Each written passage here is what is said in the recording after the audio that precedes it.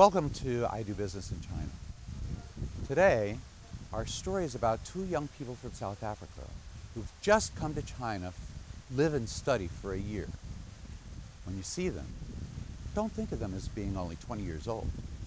Their life has already been full of happiness. Of eternity.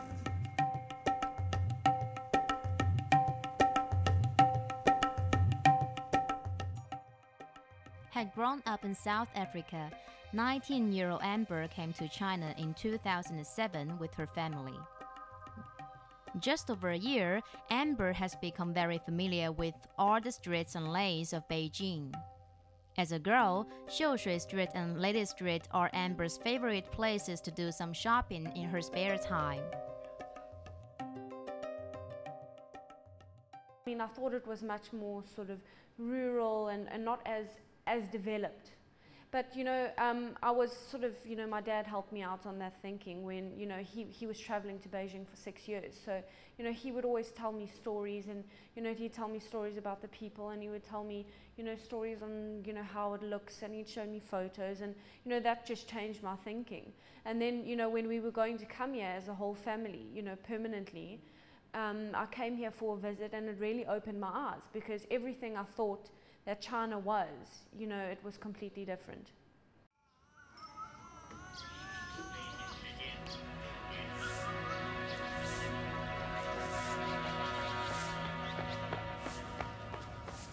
And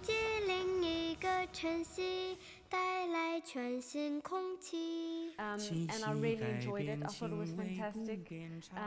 Fantastic clothes. Loved the people, loved the food. So I was very happy and, very happy to come here.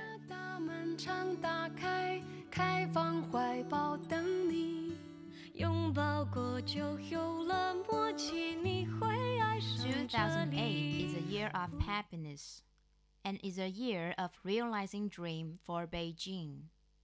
While for Amber, 2008 is a year of a lot of pleasant surprises brought by a mysterious great Oriental country in her father's stories." Here is an African dining bar located in the high-class community of Beijing with the name of Pinotage. Pinotage is the name of a grape in South Africa. One of the reasons why they choose this name is to show this is a bar in South Africa style. And another is because it specialized in South African wine. In early 2008, Amber became the boss of the bar with Chris, her boyfriend who came here after Amber moved into Beijing with her whole family. To come over to study Chinese with her. I finished studying my degree in South Africa. I studied a business degree and I graduated, and then I came over to learn some of the Chinese language and just sort of learn new things and experience new things in a different country, in a different culture. And when I was at university in South Africa, a lot of the time the lecturers would use China as an example for business, in foreign trade. They were always like, China this and China that. They were very, very China-centered and orientated. And I was very interested in doing business here, and I thought it would be, a new challenge and a new opportunity for me. So that's why I came over. So here's what happened. Two young people love each other. They share an interest in China, and they come to Beijing for the first time without really very much idea of what they wanted to do. Every day, while Chris was studying Chinese language, his ambition was to learn more about Chinese business practices. He was hoping to get a job in a Chinese company so that he could learn about how Chinese do business from his own experience. And it was just at this time that he and Amber had the good fortune to meet a certain person. Halfway through the year, I met my Chinese partner, Toby. Chao Dong, a businessman who trade between China and South Africa all year round. When Amber and Chris hear that Chao Dong does the wine business, they become excited immediately.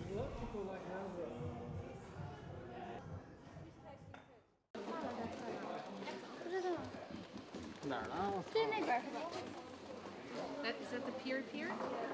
Yeah.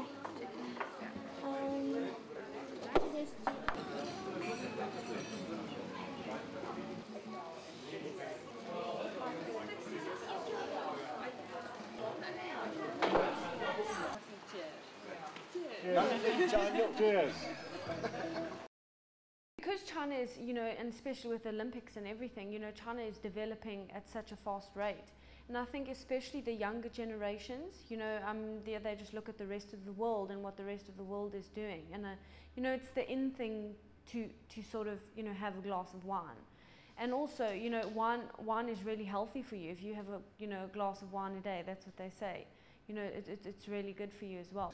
From the beginning, our idea was that how to sell the wine. 他们说在南非呢有一些酒，我觉着呢，我说对他们的酒很感兴趣。然后第二呢，我说呢，在中国卖酒呢，那么可能现在更多的是在销售方面多做一些工作。然后我说你们能不能考虑一下，咱们先在中国一起销售。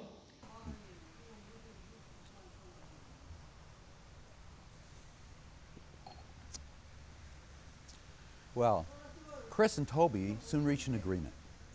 They decided to cooperate in the imported wine business. For Chris and Amber, this was a bluebird from heaven. As they say in Chinese, 想杀来杀. So then they decided to rent a place in a wealthy community from which they could promote their South African wines. And we decided to sort of look at a place where we can showcase our wines, where we can have a small little shop or somewhere where people can come, have a look at our wines, maybe taste a few and then buy some. And my partner Toby found this wonderful place with fantastic environment, beautiful setting, and we had a look at it, and it just happened to have a huge kitchen. So from there we sort of decided, well, maybe we should open a restaurant. And that was sort of the next business idea.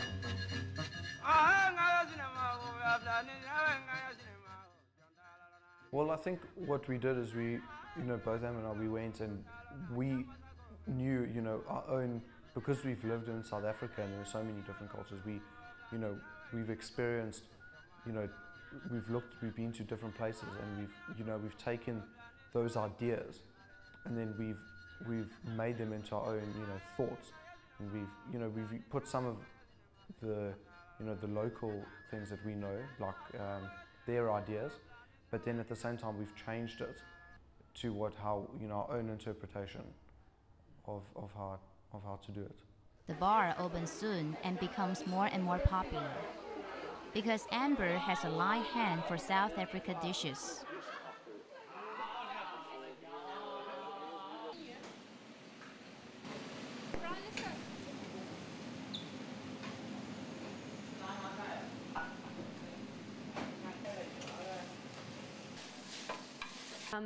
It was really fantastic for me to have a close relationship with my staff. I was there in the kitchen every single day, teaching them, as much as they were learning from me, I was learning from them. I was learning, they showed me a bit of Chinese food and, how to cook traditional Chinese food, and yeah, it was fantastic.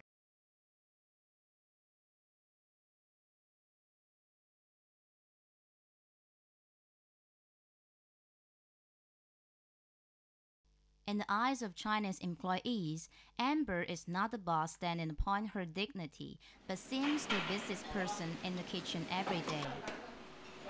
For Westerner, the order of serving dishes is fixed and very important. Because of the language barrier, it takes a long time to make the employees understood. Okay.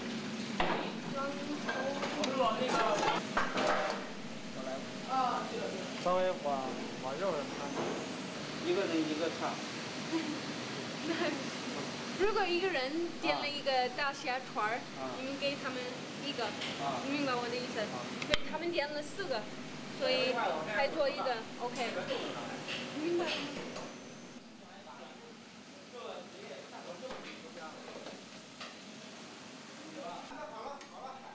涂的你。涂的你打热了。还需要一个盘那个蔬菜。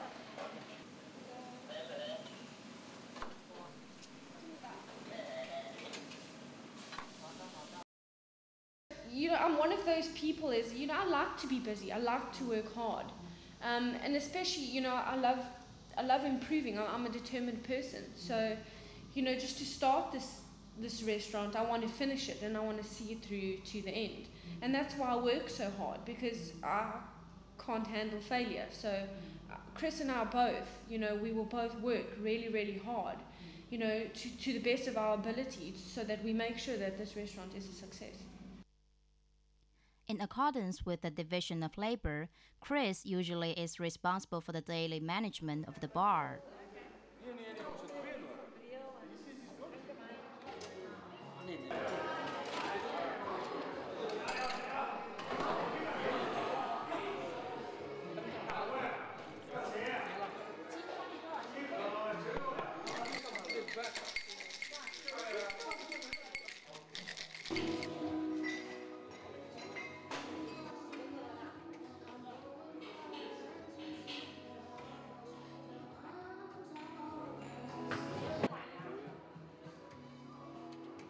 It is a precious challenge for him to have such a business experience in the faraway China.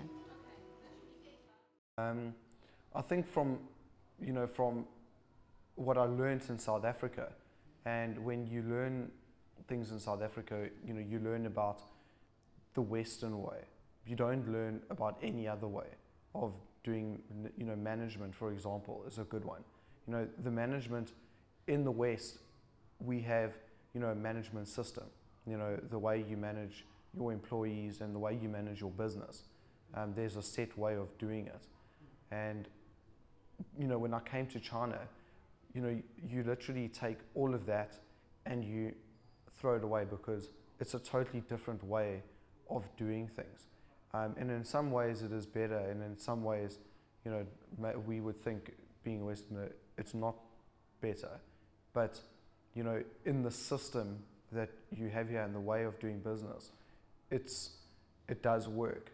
The way you start a business here is very different. Of course, for such a young couple to be able to start a business in China, it's truly a wonderful thing. But what about their love affair? Keep watching. The love between Amber and Chris is added unusual significance in China. Starting a business is very difficult, and, you know, a lot of people, you know, businesses, if you have a partner, it's like a marriage. You know, you have to, because you're in business with that person, and you both have, you know, sort of a common interest, where, you know, and the same as a marriage, you have like a common love. You both love each other. You in business and you have a partner, your common sort of attraction is the business and to make money.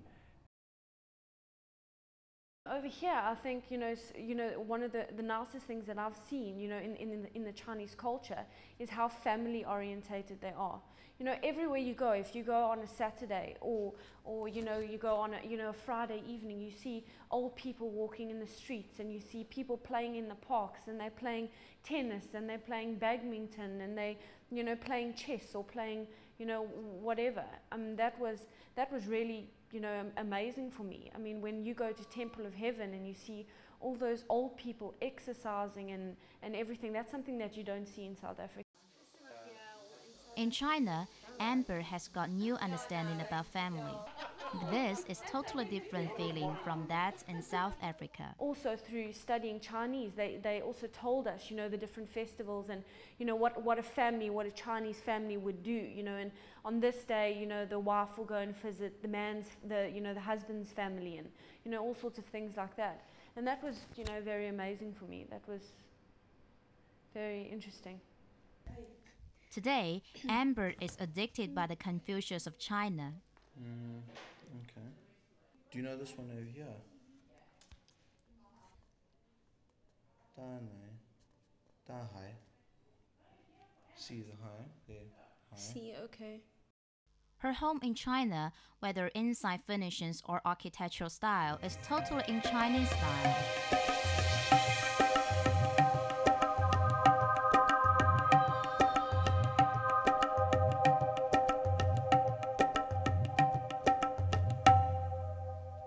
When Amber and her friends all over the world were learning Chinese in Beijing Language University, they had been deeply attracted by the charm of Chinese language. You know, when we first started, and we started with the, you know, pronunciation and the pinyin, it was very funny because all of our classmates, you know, being from all over the world, you know, it was funny for us to get used to the different tones. And, you know, we'd go around the class, you know, saying ma, you know, in all the different tones. And every person, you know, around the class would say it, and we would just laugh. With the characters, also when we started writing the, you know, the Hanzi, you know, the story that comes behind each character and where it comes from, and you can see how they've taken pictures of things and then changed it and, you know, formed it into this whole language. I think that was also very interesting for all of us. You know, I'm a lot older than, you know, I was when I started learning. You know, I think back to what I knew before I came to China and what my feelings were and what my thoughts were about the world and about China, to where I am now and what I think and, you know, what I know now from my experiences of doing business here and living here. You know, I feel that I was, you know, I've grown up, you know, more than, you know, I have, and, you know, I've grown, you know, maybe 5 or 6 years in just 1 year. You know, I've had so much experience in just a short space of time, and I can, you know, if I look back at what like I said, what I knew before and what I know now, it's just so different. I just know so much more, and I'm sure in another year's time I'll look back at myself now and I'll go, you know, what I knew then is nothing compared to what I know now, because every day, you know, being here every day, you learn something new. Well, I think Amber is a good reflection of the South African youth. They come now from a society that's much freer than it was in the past. They're very independent in spirit. They've got very strong characters, and I think they show an entrepreneurial spirit. They want to be able to provide employment for people, to create jobs, to create businesses, rather than just working for other people. Chris and Amber have been very fortunate, and now they're very happy. Beijing gave them an opportunity to realize their dreams, and China has given them a new perspective on life. And in the process, they gained friendship, love, a business, but more important, they gained a new opportunity for the future. Now, Chris told me when they came to China to learn Chinese language, culture, and business, they were both very young. Now they realize that there are young people all over the world who really would love to do business in China, but don't understand anything about Chinese language or culture or how to do business here. Because of their good fortune, wherever they decide to go in the future, whether it's America or to Europe or to Asia, because of the experience that they've gained in China, their understanding of how Chinese do business, how they manage their enterprises, and how to cooperate with the Chinese, when they meet these young people, they'll be able to help them start their own wonderful new businesses.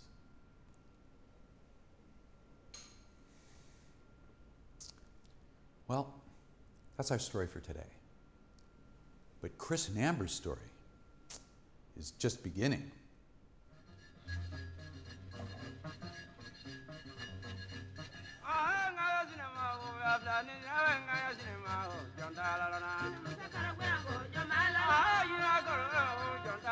John